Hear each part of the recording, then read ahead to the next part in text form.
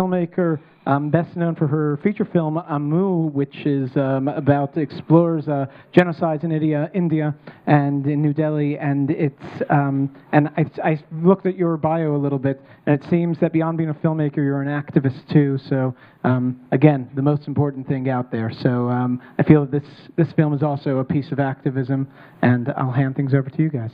Thank you. Welcome. Thank you. Welcome. Thank you so much for allowing us the pleasure to see this. It's very interesting to me because there's so much covered in this film. I don't know what was left out except maybe a Trump rally. I can't. There was so much going on.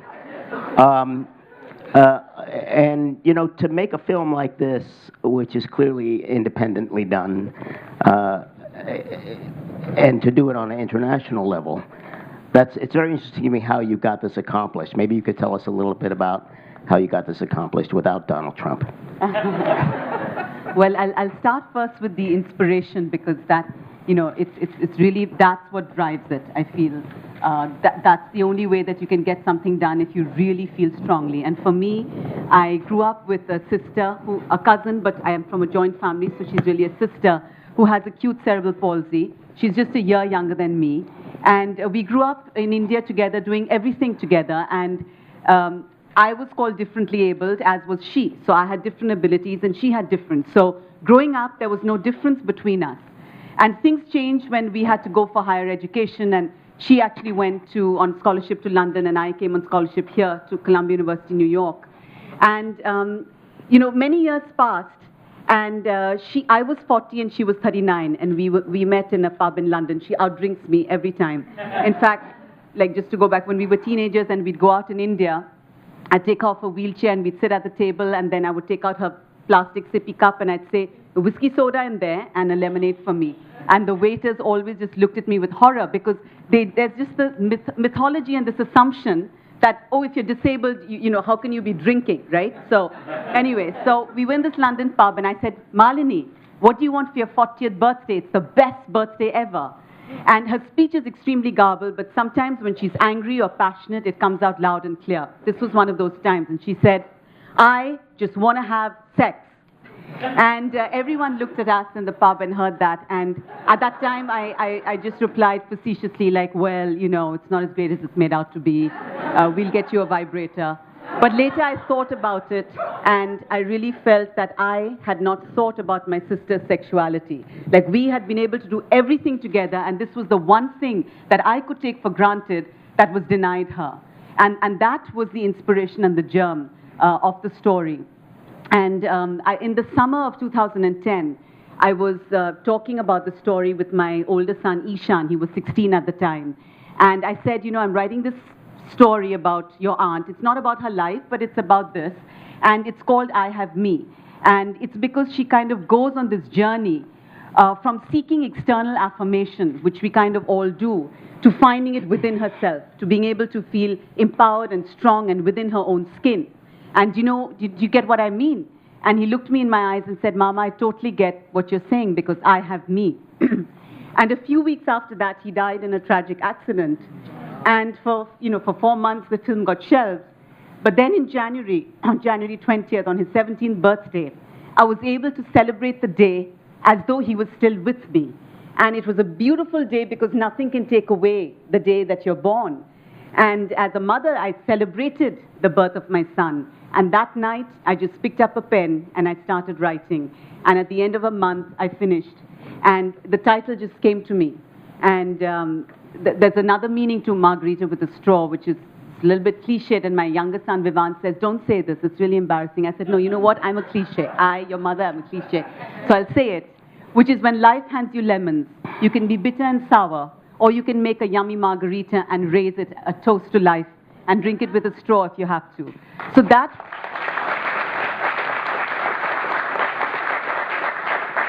given that that was the deep inspiration for the film, nothing could stop me then from making sure that it would get made. And it was extremely hard. Firstly, the character is disabled, and then she's female. Like, what shocked me was that there's a distinction made. Like, producers would be like, can't you just make it a guy? I was like, no, And so that, like that, I didn't realize that also affects money. Those were American producers that said that, right? Yeah. So this is international, I think, all countries, and, it's male stars. And then... Thank you. Thank you very much. And then, as the script went along and I made the character, I developed Khanum, so there's a gay character, and I made Laila bisexual, which she wasn't earlier. The money that I had managed to just put together, I lost that too. Because they're just like, oh, now she's disabled and she's gay? So really we found half the money through, just donations from family and friends, and just raised it from people like that. And once we had half, I managed to get a studio in India, because they had really loved the script, but they were too nervous to give all of the money. But all of this took about 3 years, and just got it made and pushed through, and we opened at the Toronto Film Festival, and that was wonderful. Congratulations. Yeah. As I watch this film, I see this progression, of course, of her dependence and moving into her independence. And the casting, by the way, congratulations, phenomenal casting in this film, especially Laila, just unbelievable talent.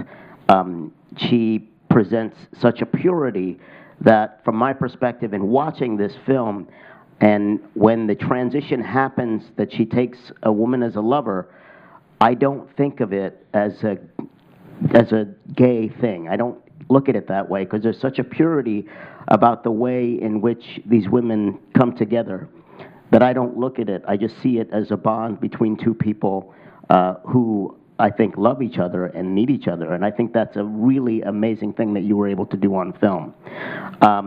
And one of the other things that struck me in the early parts of this, because I think a lot of us have been there, where you are completely reliant on other people. And when she's being carried up the stairs by those two men, when the elevator's out, and we never really see those two faces of those men. We don't see them. We just see the look on her face, and this idea that she's completely dependent, completely vulnerable. Her life is in their hands, and these people are faceless. I think that was a very powerful moment for me. But I would like you to talk a little bit about casting and finding your people for this film, because I think that was a phenomenal job. Mm-hmm. Thank you so much. They are, I really looked hard to find, for both actors, to find disabled actors, not to be politically correct actually, but because I really felt like if somebody has CP and can act, like who else would give them a chance? Like here's a film about somebody with CP. And because when Malini was born, which is now 49 years ago, my family started the very first school, which was at that time called the Spastic Society, and now it's called ADAPT, Able, Disabled, All People Together. And now there are schools and institutions all over the country. So I did a nationwide search. I contacted all the students, if they knew others, looked hard for about 6 months. I did find somebody who I felt like, in a documentary it could have worked, but I auditioned her. I felt, okay, maybe I can make this work. But then she said, I'm not going to be able to do the lovemaking scenes. You'll have to take both of them out, because my family will just be horrified. She's a middle-class Indian girl, and she's not an actor. And so she's just like, I was like, that's a really important part of the script. And I felt that was more important than having her play it. And actually, I really feel she wouldn't have been able to pull it off, because she wasn't a seasoned actor. So, as you know, like with a feature, unlike a documentary, right? With a documentary, you're natural because the camera's just following you and you're doing whatever. But in a feature, and there's all this crew and the set, and suddenly you have to do, you have to perform. And, you have to just be able to give that performance. And it took 6 months' work to get these actors to get to that level. But it's because they were actors. 6 months in the bedroom? Is that just that much? Because I'm going to give you my card now. So anyway, both actors are able-bodied actors, and the lead actor Kalki Kekla, I actually at the audition I said, you'll have to give me 6 months of your life, and you can't do anything else. You can't even do a commercial. Like there's going to be intense training for this role, because I'd seen her in some other films, and the purity you talked about, like I really felt I needed like a pure expression, and I needed her. I needed it all in her face, honesty. I needed her to be able to be completely honest, and so the work was not about how can you be authentic with the physicality, but the work was really about giving a pure, honest performance. That came down to, that was the bulk of the work, actually. She was able to, she spent a lot of time with my sister Malini. She had never actually interacted ever with anybody with CP. She didn't even know what it was. And she spent a lot of time with Malini because, as I said, it's not to watch her, to ape her, because that's not what we want. We want an authentic performance, but it's really to get her joie de vivre. So I felt somebody who's able-bodied, who haven't had the good fortune to interact with somebody who's differently abled, they get frozen and they don't know how to speak and they can't be normal and they don't understand that that person is totally comfortable with themselves in their own skin. So it really was to get her past her own inhibitions about what it means. It was about a mental attitude change as opposed to her just observing as any actor would observe to do any kind of role. You know, if they're playing different kinds of roles, like how do we do this or that? So that was the work. Well, good, terrific. Yeah. Some questions from the audience? Let's take a couple of questions, I think, from the audience, perhaps. We could, if anybody has any questions, right here down front. The main woman is not disabled. That is what she said. The main woman was not disabled, but I find it fascinating that she, on some level, that is true, but unlike many other producers, she sought out and auditioned numerous people, and that was her first step, and I think that's important to note. But it is unfortunate that in our culture, a lot of times the able-bodied characters do play the disabled characters, but from my perspective, what I've seen is the casting of disabled characters usually comes after the role has been cast. So the seeking out of disabled characters is almost like an afterthought after the roles have been offered out, and I've seen that many times. So I commend you for looking for as long as you did to try to find the right person. No, I just want to address that because when I was at the Toronto Film Festival, there was an organization, Artists on Wheels, and they boycotted the film. So I actually do want to address what you said, ma'am. And I take strong umbrage on this as an activist. This is fictional filmmaking. These are not documentaries. By that note, actors have to play many, many kinds of roles which are not them. So by this token, the gay rights movement also says that, why is Sean Penn, why did he do MILF? And so if you extend this argument, that somebody has to just be purely themselves, you have to cast somebody who's purely that person. So somebody's working class, why should an upper class person play a working class person then? So this is fictional filmmaking, and I feel that it's, as a director, I did that to give a chance to somebody, as I said, not to be politically correct or to get slammed like this, but because I felt maybe there is such an actor out there, and then they wouldn't get that opportunity. Not because I feel an able-bodied person doesn't have the right to play that role. So I just want to say that loud and clear. And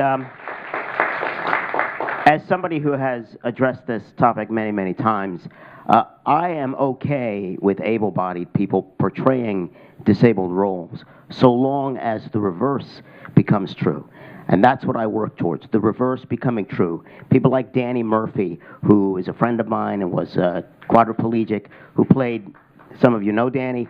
Danny played many, many roles in the Farrelly Brothers films, not as a disabled character, but as an able-bodied character in certain circumstances. So I always push for this idea that disabled people could play the roles of able-bodied or just regular roles, the guy next door, the guy in a cab, the guy on a bus, the receptionist sitting behind the desk. All of these things should be made available to us. So as long as we're going to say, the role should only be played by certain people, I think the reverse has to be true first. So that's where I'm coming from. So Absolutely. Let's take another question from the audience right here. Hi, Shonali. I'm Danielle. I've always been a huge proponent of your film. And there's one scene that I love over and over again, and that's the bathroom scene with her tutor. I think you took something that's can be so delicate and sometimes shameful for us when we're meeting a new lover to reveal that we need help in the bathroom, and you made that so sexy. I work with a lot of clients with disabilities, and I just want to show that scene over and over again. Well done. Great job. Yes, thank you so much. Actually, very quickly on that, we have to pass the censor board in India to release the film. This film released in 250 theaters across the country in India, had a big theatrical, like a Bollywood film, did really well. But to get there, we had to get it crossed by the censor board. And interestingly, the censor board really had a problem with that scene, and they were like, they wanted me to take out that scene, and, I refused, and we had to keep appealing, It's and critical. then we managed, to keep that scene intact. And the only scene that I had to make a cut, though, and they called it, they said, in the humping scene, you make the humping scene 50%, which they meant the Jared Laila lovemaking scene. And they were like, there's too much humping in the face. Just make that. Oh my Yeah, I'm personally glad that they cut that short, because then I didn't feel so bad. I think that was... it's like he only lasted like 45 seconds, so I think that's fine. We have time for one last question up here. Nikki? Can you take the mic, please, though? Not that, okay, that scene was really brilliant, and it was nice to have it in the film, but my question is, why did she have to cheat on her with him? Why couldn't it either just be the bathroom, or they show it before they get together and she realizes she's lesbian or bisexual? Mm-hmm. Why did you have to have her cheat on him, and also kind of therefore make it ambiguous whether they get together in the end, whether Whether she the forgives girls her get in the together? end? Whether who gets together? Whether she forgives her after she tells her. It's great that she's honest, but then the mother dies. He kind of leaves her, the mother dies, and then it's ambiguous whether they actually get together. Why didn't you either have that scene, as brilliant as it was, either extending to her cheating on her, or before she realizes she's bisexual? And it would work the Yes. same way. Yes. Why did I have her cheat first? Answer that. Yes. Yeah. Okay. So it was very, very important for me. I felt what I was doing with the character was that the character was moving from really not being comfortable with her disability and her body. So if you remember in the beginning, when she just wanted to figure out how to kiss and just mess around with her best friend, and then he really fell for her, and it was sweet. But the moment an able-bodied man gave her attention, she coldly just left him. That's her character, because she herself was put off by the disabled body. She herself was influenced by media, by society, by idealizing how you idealize sexually. I beg your pardon? Nikki, let's hear her out, and then we'll discuss this more later. So as her journey progresses, she moves from being somebody who is uncomfortable with her body to being totally comfortable, so that in the final scene, she dresses like a goddess and goes on a date with herself, which symbolizes her complete acceptance of her own body and herself. In that moment, it was spontaneous. It just happened in that moment. And as she told her girlfriend later, which could have been, you could say that's a really cruel thing, but it was the honest thing. She said, I did it because Jared could see me. She felt that Khanum being visually impaired, Khanum being blind, that Khanum perhaps didn't see her twisted body, didn't see her...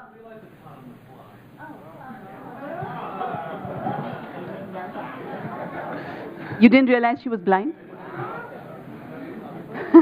Okay, so Nikki, you're going to have to check this movie out again. It's playing at a few other locations.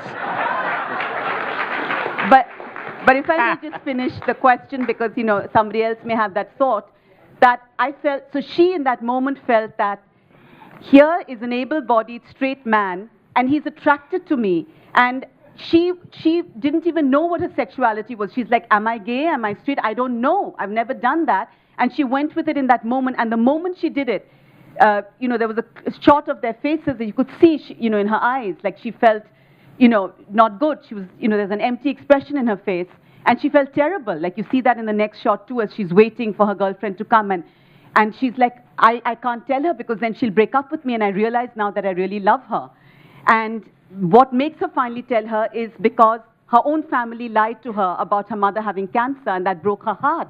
And she says, I'm also keeping a secret. So when her girlfriend says, why did you tell me now? She says, I don't want secrets anymore. And that made her tell her. I feel when the mother they had parted, cancer?